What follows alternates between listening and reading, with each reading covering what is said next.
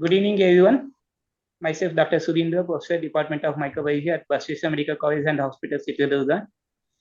Heartily welcome you all for this regular IMM PG Masterclass series conducted by IMM Karnataka chapter. This, as you know, this is a initiative by IMM KC for the postgraduate students conducted twice every month, second Friday and fourth Friday of every month.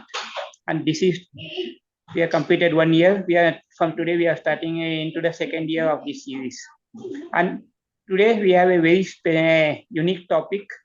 Unique in the sense that this today's topic is nothing, not much to do with your university exam preparations, but this is to prepare for you after your postgraduate examinations. And for today's topic, we have one among us, one pioneer among us. The pioneer in the sense, I mean to say, Dr. Akshata Ravindra.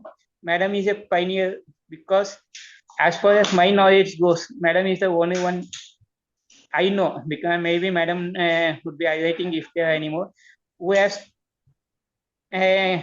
successfully cracked NEET super specialty exam for DM infectious diseases and from microbiology stream and completed DM infectious diseases and now working as a consultant in infectious disease and infection control. Madam will be highlighting if there are many others because as far as I know, we are the only one we know, Madam. And to just, and Dr. Akshata Ravindra is a very well-known speaker among microbiology and infectious disease, not only microbiology, infectious, even among all the faculties, because every at least 2 or 3 times in a month we will be hearing to Madam in some or the other webinars, and hardly needs any introduction. But as a formality, I am doing. Madam has completed her undergraduate course from Mysore Medical College, and then MD in clinical microbiology from JIPMER Pondicherry. Then after that, Madam has gone on to do DM infectious disease from AIIMS Jodhpur. After completing her DM infectious disease from AIIMS Jodhpur, Madam was working as assistant, senior resident and assistant professor previously at Manipal, Academy of Higher Education, Manipal, where Madam has specialized in several broad competencies. Here we have several things: transplant, infectious diseases, complex case management, travel medicine, adult vaccination clinic, infection prevention control, antibiotics, antimicrobial stewardship, innovative therapeutics. There are a lot many to, and these are very few to highlight. And Madam is currently working as a consultant in infectious disease and infection control officer at Kaveri Hospital, Bangalore. Just I am trying to highlight the most important thing among your and several achievements: EMS, ESC, MID Outstanding Training Award, IDV Training Award, Young Researcher Award from Indian Institute of Science, Bangalore. Madam has also got her own YouTube channel called Learn with Dr. Akshata, conducting various multiple webinars, and every alternate week we keep hearing Madam's talk on these webinars. And Madam has several leadership roles in infectious society in various organizations. Few to mention: in International Society of Infectious Diseases, Parity Commission, Professional Affairs Subcommittee, panel member of ESMID guidelines on diagnostic and therapeutics of pneumocystis pneumonia. Madam has got several articles, publications, chapters in various international and national international journals, several presentations in various national and international conferences.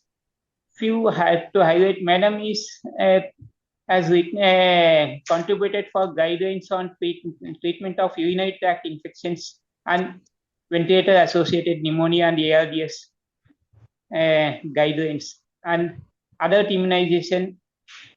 There are so many. I think it will be better to share the CV into the, because I don't want to waste a lot of time going through the entire CV because it will take It's and because it is impossible to wait in 2 to 3 minutes, madam. I hand over to you, madam, because people are waiting for your talk. This is a Yes. talk which has been particularly requested by PG students. They wanted to know about the DMID. You are the right person to talk to them. Over to you, madam. Thank you, sir. Thank you for kind invitation and your kind words. Definitely, I may not be the only one. There are many others who have completed micro and are currently doing ID. But definitely, I would say I'm the very vocal one because I don't want people to lose out on opportunities which I missed out. That is how I started my YouTube channel. So, without any further, let's start with the talk. Mm. So it will be more of a personal journey, like a reflection on the journey rather than any proper talk. I hope it is useful. I hope my slides are visible, sir.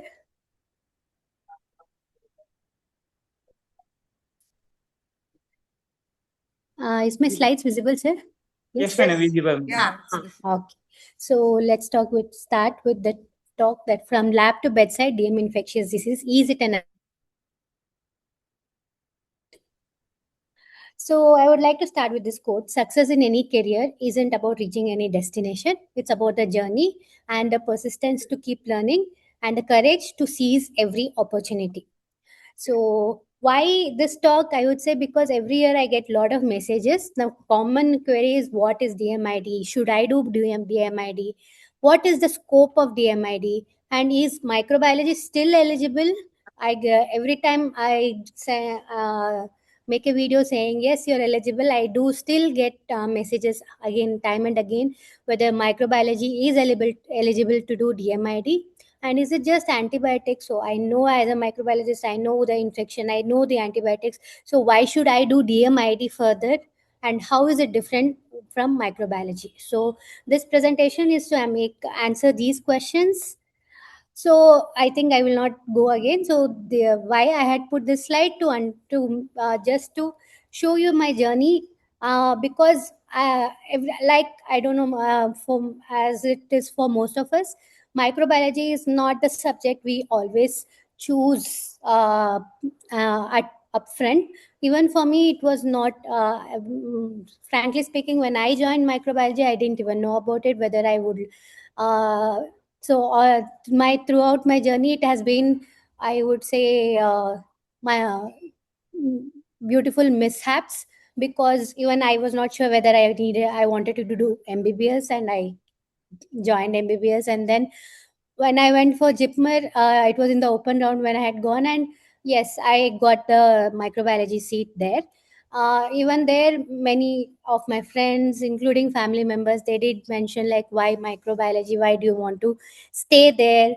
You can. I had not even appeared for the CET, Karnataka CET round counseling that time.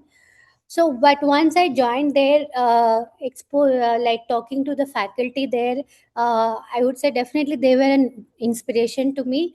Sujata ma'am, Dr. Jarna ma'am, my mentor, Dr. Apoop sir. So they have played a very important role in building my interest in microbiology, as well as especially what I would say changed was. It was not a regular just lab based microbiology which we had in JIPMER. Especially under Dr. Apoop Shastri sir, what we used to do is we used to finish the reporting early morning, like between 7 to 9 a.m. Why? Because we wanted the reports to reach the clinicians before they start their rounds, which usually used to start around 8:39. So after that, what we used to do is go. Sir used to make us, and he used to also accompany us some many times, that go to the ward with the positive culture reports. That is, we used to concentrate on blood culture reports, which we all know it is very important. So we used to go in that way. You get exposed. That is how I was exposed to. I can say the initial like pathogen directed AMS rounds, and interacting with them definitely. Made me more interested in that. And at that point when I was doing the residency, we were not the microbiology was not eligible through NEET SS, only through INISS, and there was only overall 3 seats which was available, that is in AIMS Delhi, and after 1 year even AIMS Jodhpur had just started with a single seat. So that was how. And it was a distant dream, I can say. I was not expecting that I will be able to crack it, frankly. So after finishing, I did join AIMS Bhubaneswar, where I was working as a senior resident for 1 year, and it was during the COVID time. Um, and that is where I had given, I can say I had given 2 attempts. The first attempt, didn't qualify the AIMS Delhi round, but at that time there was a thing that if you apply for AIMS Jodhpur separately, and if you qualified for AIMS Jodhpur, you could appear for the second, that is stage 2, that is the interview round, which I was not aware of, and I missed out, and I lost 6 months, roughly around 6 months in that. So I don't want anyone else, I didn't want anyone else to miss out these opportunities. That's how I had made. I once the next attempt when I did apply, and I did get the.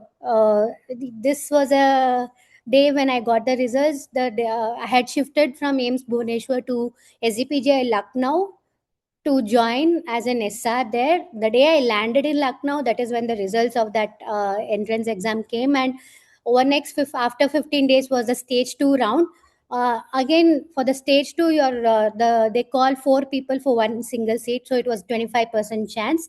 So I did join the SR as an SR there, and after giving the 15th on the 15th day when we had the second round, I did qualify. And so I had resigned in 2 places in a span of 1 month, I can say.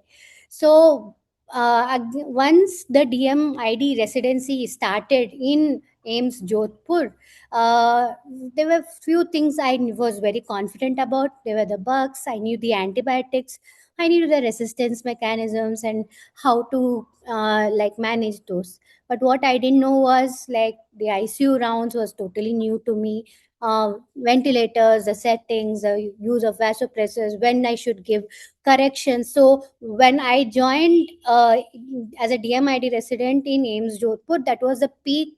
It was after the third wave of COVID, and in Rajasthan, that was a peak of mucormycosis. We had 2 wards, that is around 30 patients each, 60 patients of mucormycosis who were all on injection amphotericin B, which is one of the most toxic, I can say. And we had a lot of electrolyte imbalances which we were supposed to manage, and a lot of side effects related to that which we had to discuss.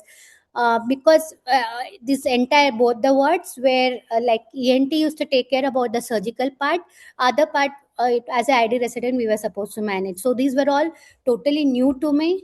And again, other thing, we didn't have much interaction with the patient, so definitely talking to the patients attended, the counseling part was all new.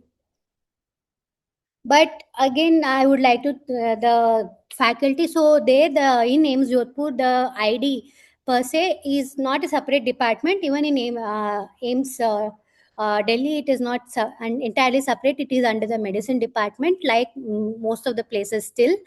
I'm grateful for the faculty there because so we are from a different stream. So in AIMS Jodhpur, the model was 1 seat is reserved for I mean microbiology, and 1 seat is for the medicine.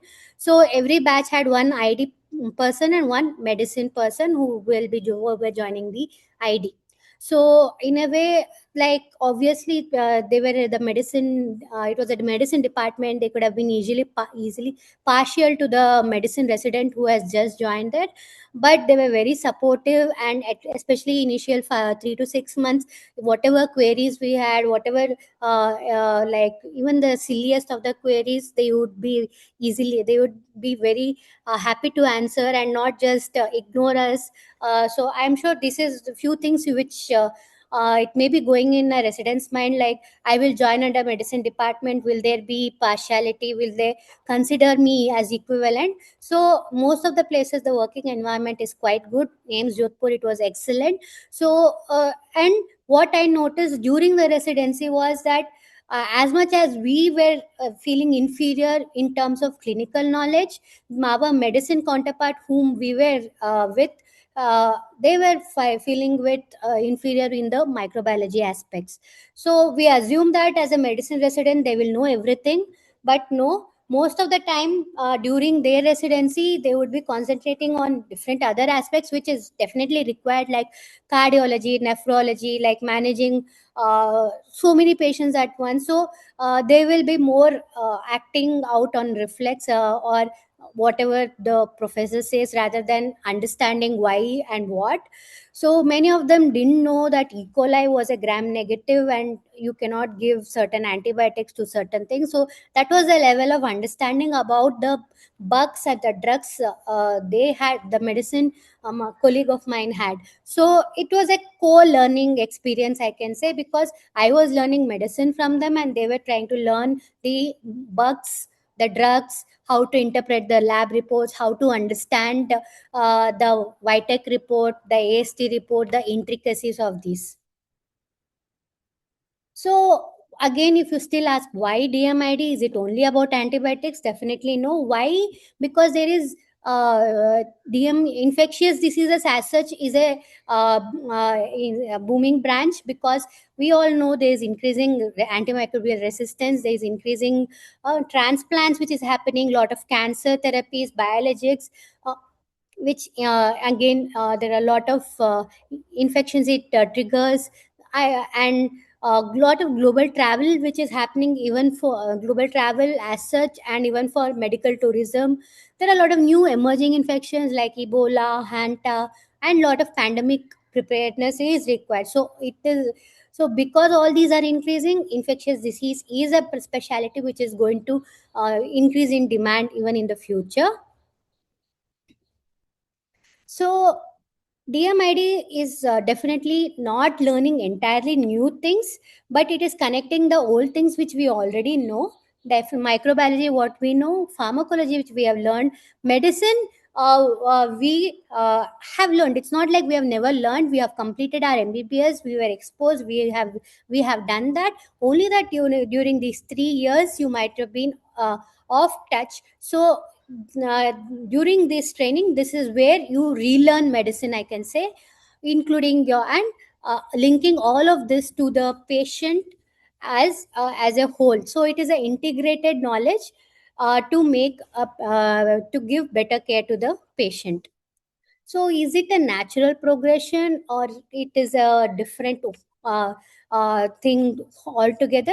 It is, I would say, definitely a natural progression, because you understand the bugs, you understand the resistance, you also understand the diagnostics, the intricacies of the diagnostics and the antibiotics. So, you're already thinking like an ID specialist, but what is missing is the clinical correlation. So, handling the patient as a whole. So if you move from treating the sample to treating the patient, you move from releasing a culture report to giving a clinical decision based on the patient as a whole. So it is a next step where whatever you learned as a microbiologist, you will yield the impact. So, what microbiology is giving to you is all these AMR, understanding the antimicrobial resistance, infection control, laboratory interpretation, critical thinking, and research. Whereas what DMID is going to give you is your increasing your clinical reasoning skills, ICU, handling the patients as a whole, therapeutics, and taking the leadership, ownership of the patient as a whole. So, microbiology is not a weakness, it is your superpower. And why a microbiologist will make excellent ID physician? Because of all these knowledge which we already know, where the DMID will add the missing part, that is clinical medicine. And I do get many people asking for online course and this fellowship course.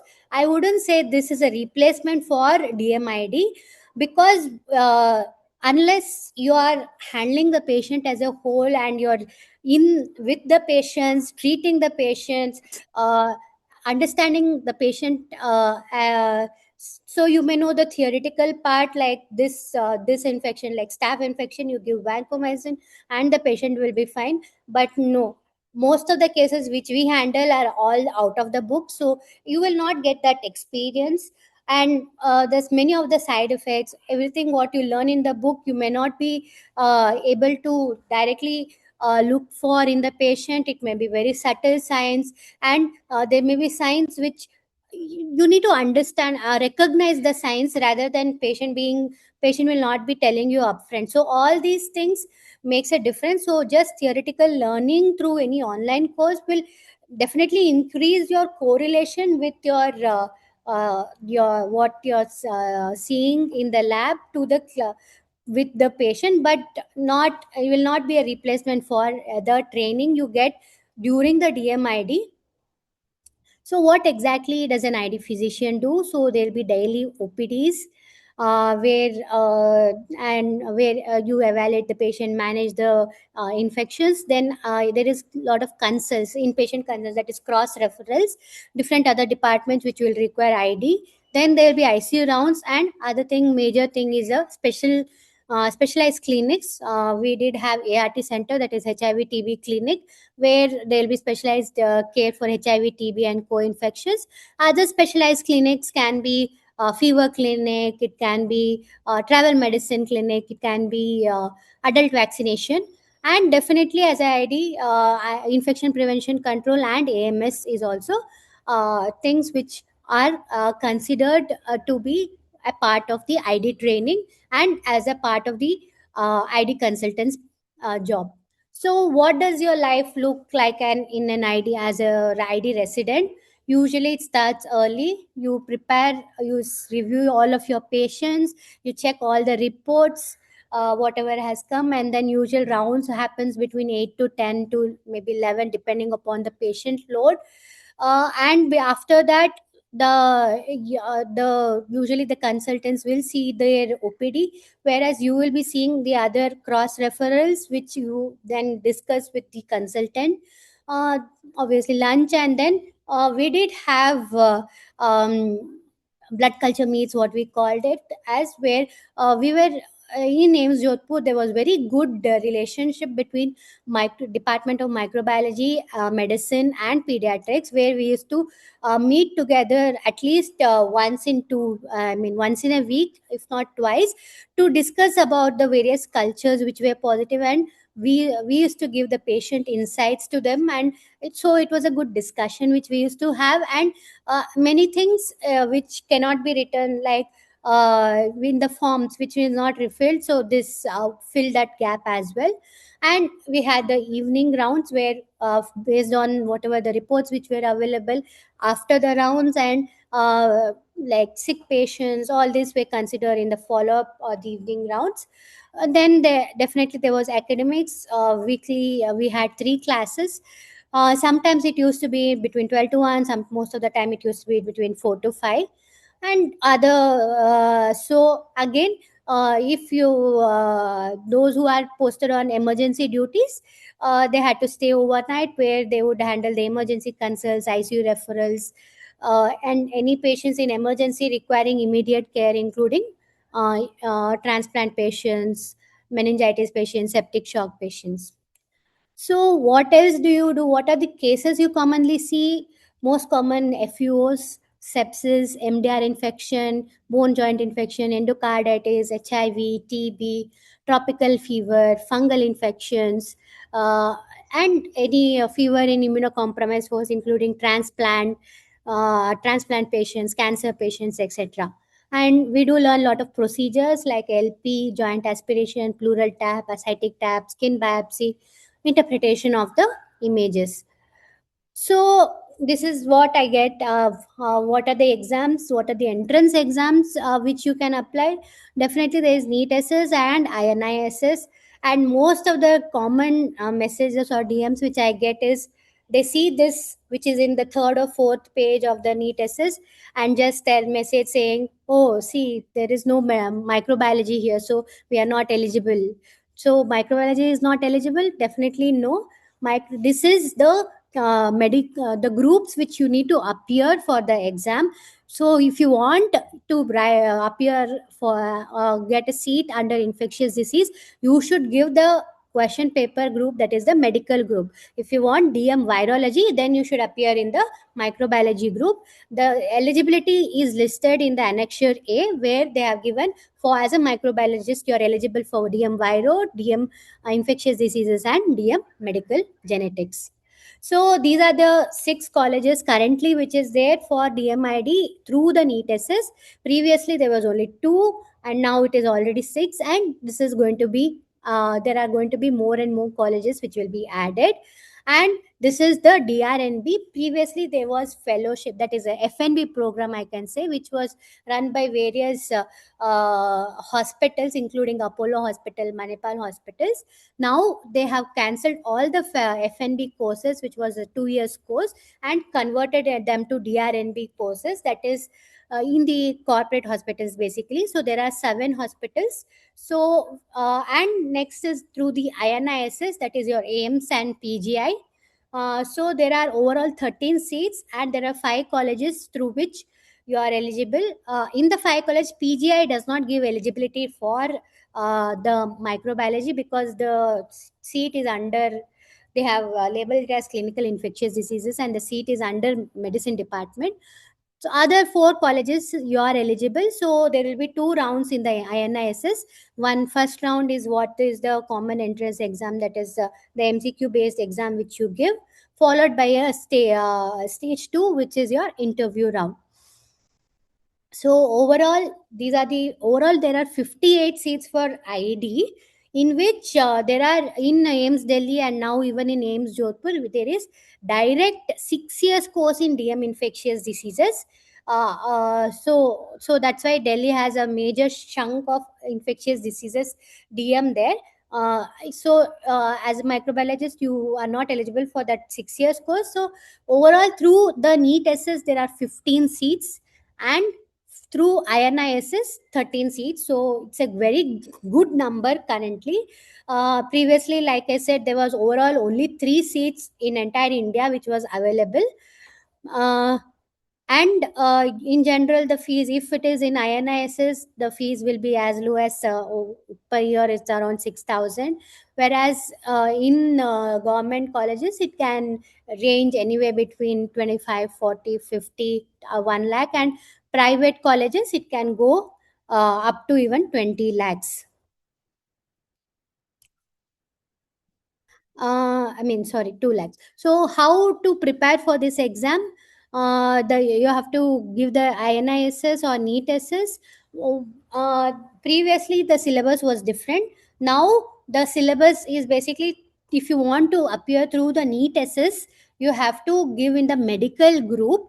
And like I showed before, the medical group will have the questions. This is the column where you see MD, DNB, general medicine. That is the questions which will appear for you. So irrespective of which branch of this one, whether cardio to neurology to infectious diseases, this will be a common set of questions which will be there for you, and the syllabus is based on the general medicine. So you need to prepare for that for appearing. So I would say it is predominantly medicine you need to prepare for. Though medicine does include a lot of questions from ID, but it's predominantly medicine which you need to concentrate. So I would say you need to take up any of the coaching, I would say, for your medical group. So now there are various coaching platforms which is available. Any of them with a medical group you can consider and take it.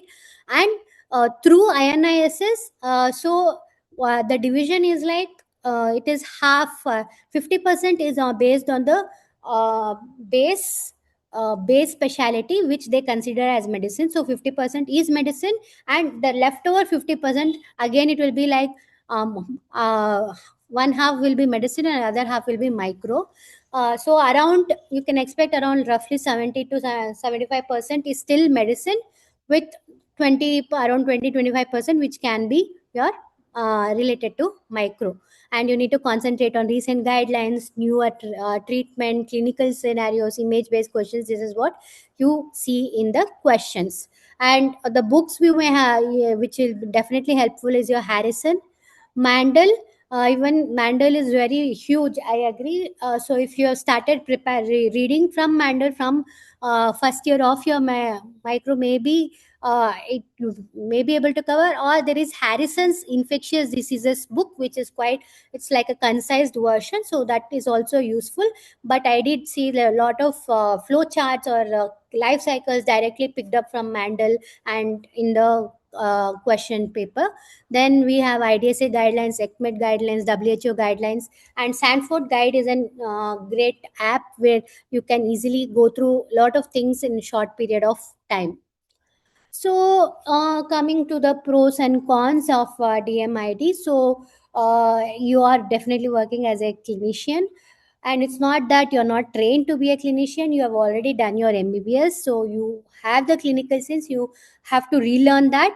So, you will be working as consultant infectious diseases, and yet you can still decide and go back and work. And if you really want to work in a government setup, can work as an shift assistant professor in microbiology, can also start ID department. So nowadays, at least in few established ones, like even AIMS Delhi, they have not, they yet are to be separated to ID and medicine department. But there are various other medical colleges, government medical colleges like SGPJ, which has just started in ID department. So where the infectious diseases is not under medicine department, you are definitely eligible. And definitely better salary perspectives, I can say that. And and it's a common thing that you wonder whether you will be treated as an equal to a person who has completed infectious diseases as a medicine. So I would like to say, like, if you are considering the government job aspects, the 6 years course, those who are completing, like I mentioned, 6 years direct course, they don't also have any MD degree, so even they are not eligible to join there. So I would say it is a similar situation you are in. And there are more and more colleges which are even state medical colleges which are coming up with a separate ID department, and wherever there is a separate ID department, you can definitely work. And for corporates, it doesn't make any difference to them. So as long as you are good at your job, you can do it. And the cons, I would say, again, there is still very few seats compared to number of people. Competitive entrance like INISS is very competitive, that from last 2 years I can say hardly there have been 5 people who have qualified. 3 years you have to dedicate, and workload, you should be prepared for night duties, for working long hours. It is still a niche branch. It's not that all the like if you're tier 1 cities, definitely it is booming. In tier 2 and tier 3 cities, there is still, it is still a smaller niche. Limited government positions, like I already said. And like this is in general, like any growing specialty, this is where it is. So what it did to my career, and definitely it made me more curious, more confident, more collaborative, and more impactful. It didn't take away microbiology from me, but it brought microbiology to the bedside. And yes, so this is where I stand, where I have been very vocal about why it is like I did have a lot of talks even in the IDSA, where I did talk about transitioning from microbiology to ID. And it's not new. There are in UK, and there are Australia. It's a natural transition which they have for a clinical microbiologist being a clinician. There are some like some other countries like Spain, etc., which still do not consider, just like India, where uh, they are very restricted to the lab. So there are extremes in both the sides. So where can you work as an ID physician?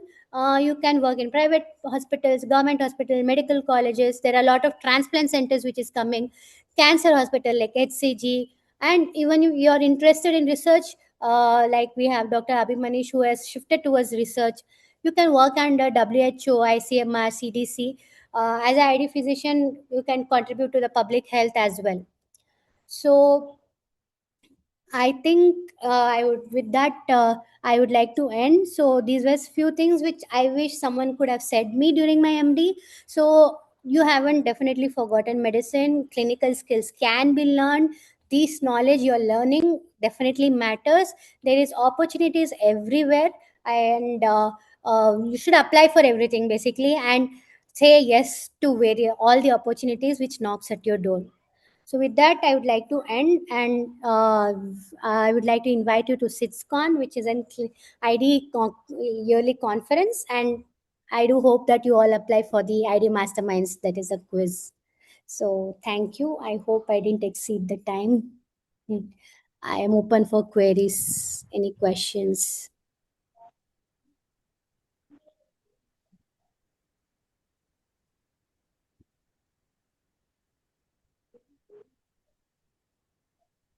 Excellent presentation, madam. You have given a very nice overview of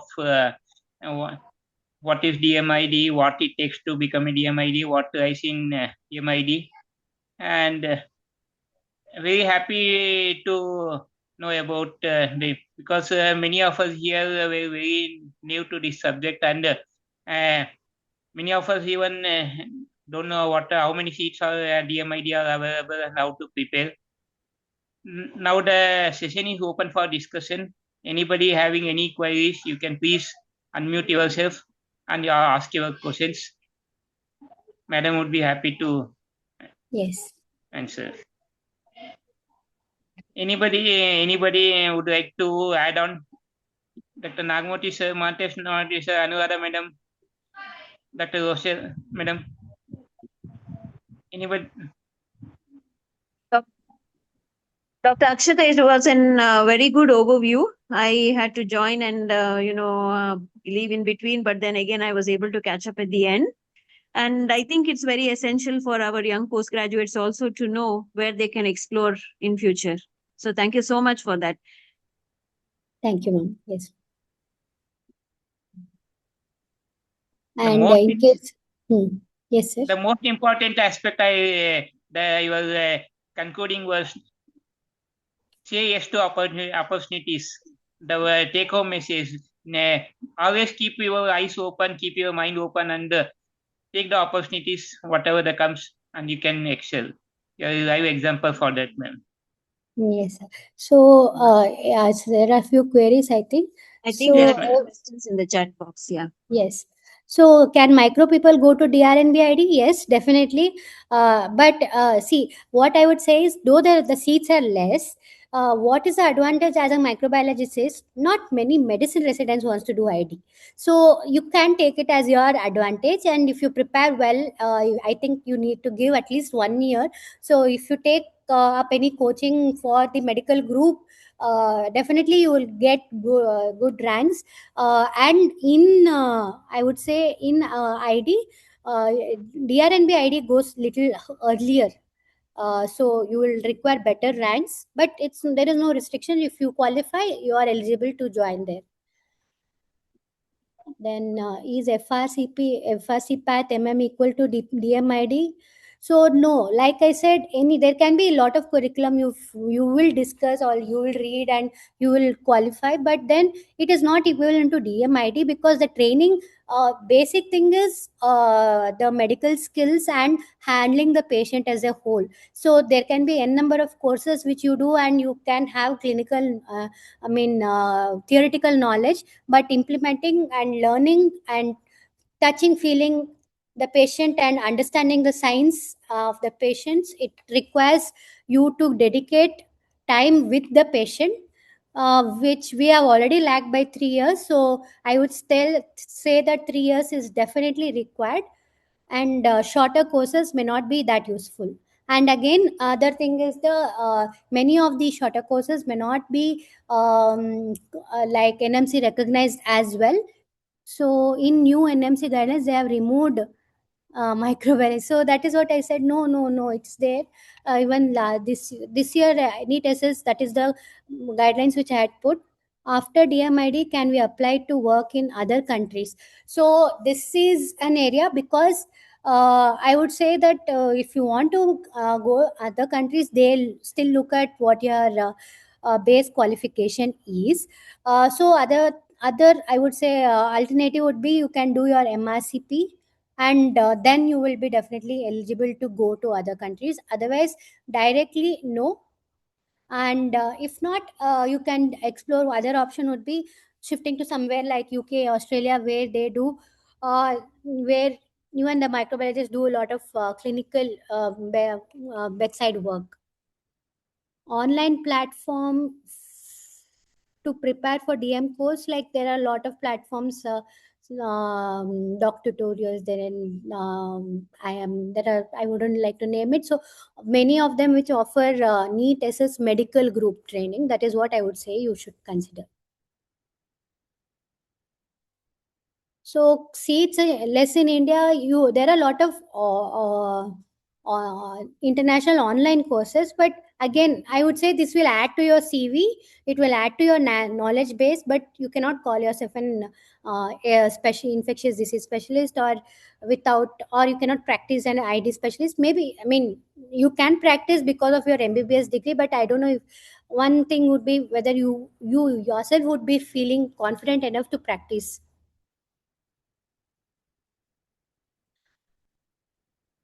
How which colleges are best for DMID? Definitely INIs, and if INIs, that is AIMS Delhi, AIMS Jodhpur is also good enough. Then PGI were not eligible anyway. In the NEET SS group, DRNB, that is the Apollo Hospital, Manipal hospitals, they are quite good. After that, medical college wise, first is definitely CMC, then KMC Manipal. So through the INISS, there is a age limit of 35 years. NEET SS does not have any age limit. As an idea, how far are we supposed to learn medicine, like procedure, ECG, etc.? So that is where I would say your what you're going to prepare for the exam, that 1 year you give where you learn medicine. So this will not only be helpful for the exam or clearing the exam per se, it will also help you being bedside, because there are a lot of things you learn in that, like ECG, management of hyperkalemia, hyponatremia. These are the common entrance questions. Through that will help you with the patient bedside as well. And the procedures, these are the procedures which I put, which usually we as a residents learn. Not necessarily that you practice these procedures like LP. So wherever you practice, you may have your residents, or even in corporate hospitals, they have the concerned specialities which will take care of that. So you don't have to uh, completely learn or do the procedures every time on the patients. Okay. Can you share a few thoughts about recent postgraduate diploma PDCC courses in ID? Now, AIMS Mangagiri, AIMS BB Nagar are coming up. Yes, I did get a good feedback. I do have my resident who was in AIMS Jodhpur who completed. But yes, 1 year is short. And again, being under, I would say it is necessary. I'm not talking against micro or anything like that, but the courses which are under medicine, it would be better because you will have better exposure or contact with the with learning about the patient, because already you have lost few years. You will have that thing back of your mind that you have lost the you may not be able to think exactly like your medicine counterpart. So uh, uh, yes, and other thing is definitely whether those are recognized. So they're recognized by the NMC as well. So not all the courses are NMC recognized, and 1 year is too short. Even that is the feedback I got. 1 year is too short for like you hardly get like 1 week to 10, 14 days rotation in important places like ICU, etc. You need to give lot of time to understand what is happening, why they are doing.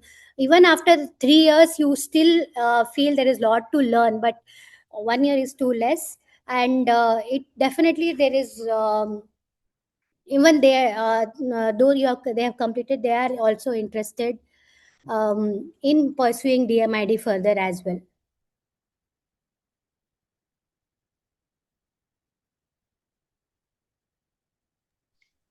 CMC value. One CMC question. value also is under NEET SS, so you are eligible if you only that I will say that ranking. So last time I think the ranking up to 2000 something went. That was the last seat which was taken in Kolkata. CMC is one of the early seats to go. So if you get good, and it will be the ranking will be a common ranking in medical group, and then that is why it is very difficult to predict. They won't release any separate ranking for infectious diseases per se. They give a general overall ranking. So there can be, you can be rank number like say 1500, but you can get a DMID seat as well, because before you there are various other specialities medicine residents have chosen, like I showed, cardiology to nephro, all these are there. That is a different thing which they started from past 2 years, I can say. So we have to deal with that, because previously it was a separate exam, not now. I think there are no more queries, ma'am. And Dr. Lakshmi Narayana, sir. Sir, good evening, sir. Good evening, sir. Madam, Can you give tell about next some changes in the IMM PG masterclass from next series Yes, onward? Can please yes, highlight? sir. So first of all, I would like to thank Akshata Madam for accepting this in a short duration, and also the talk was very informative, and also it's very useful to the youngsters, Madam. And thank you for that. And regarding the IMM masterclass from next month onwards, so we are planning for the same in the second week only, but instead of Friday, so we have the core committee discussed to shift to Wednesday, so that we can accommodate based on the postgraduates reply online. So to schedule, and also instead of 6 o'clock will be 7 o'clock we are planning. So next month onwards, so Wednesday 7 o'clock. Second week of every Wednesday, and fourth week of every Wednesday will be there. The time will be 7 o'clock. Same thing will be communicated through WhatsApp group and other groups also. So thank you, all those who are joined online today. Thank you, and all. Thank you, sir. Thank you, sir, for Thank having you, me. madam. Thank you, sir. So here we conclude this session, ma'am. Thank you. We keep it. Thank you. Thank you, Akshita Madam. Thank you very much. Thank you, Sudhir sir.